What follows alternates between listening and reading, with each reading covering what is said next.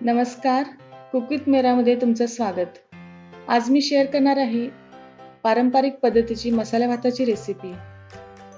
तर मसाले भात बनवण्यासाठी इथे मी एक मोठी वाटी बासमती तांदूळ, साधारण पाव किलो तांदूळ स्वच्छ पाण्यात 3 वेळा धुवून तो चाळणीत 15 मिनिटे निथळत ठेवला आहे. त्यानंतर लागेल एक कांदा आणि एक टोमॅटो उभा चिरलेला, त्याचबरोबर 4 लसणाच्या पाकळ्या आणि अर्धा इंच आलं याची पेस्ट करून वापरणार आहोत. त्यानंतर लागतील थोडे काजूगर, जर तुमच्याकडे नसतील तर तुम्ही शेंगदाणे घालू शकता. आणि फोडणीकरता लागेल एक लहान चमचा मोहरी आणि जिरे, 2 तमालपत्र, अर्धा चमचा हळद, एक लहान चमचा लाल तिखट, 2 लहान चमचे गरम मसाला आणि लागेल थोडा खडा मसाला.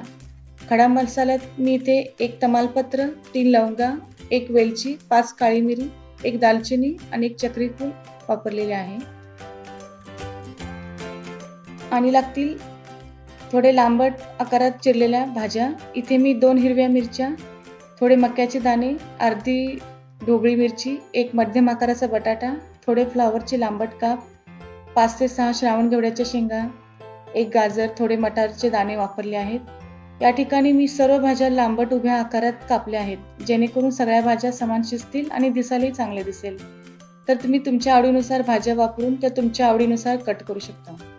तर सगळ्यात आधी मसाले भाताकरता एक ताजा मसाला करून घेणार आहोत.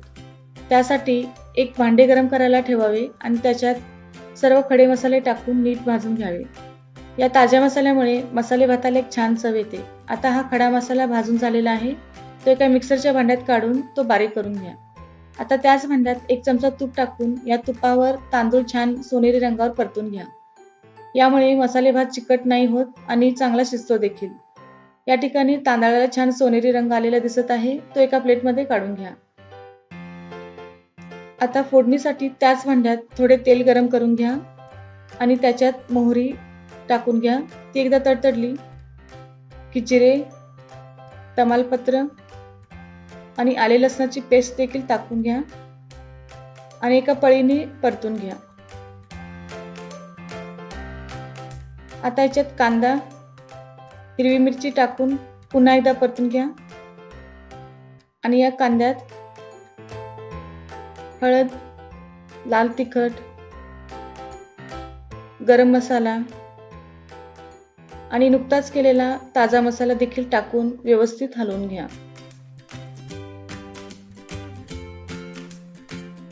आता सर्व भाज्या एकापाठोपाठ एक टाकून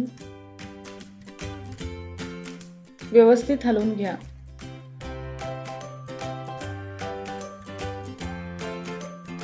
आता चवीपुरते मीठ टाकून घ्यावे आणि सगळ्यात शेवटी टोमॅटो, काजूगर आणि भाजलेला तांदूळ टाकून व्यवस्थित परतून घ्या.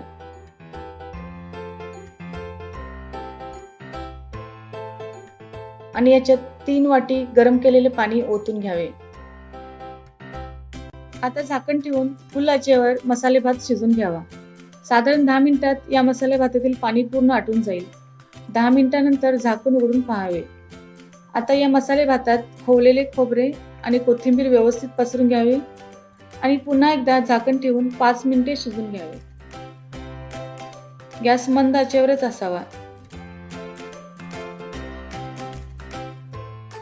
आता 5 मिनिटांनंतर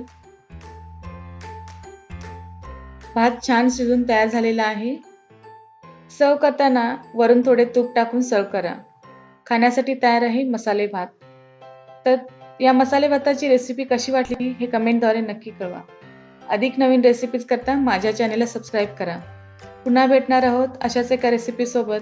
तोपर्यंत धन्यवाद.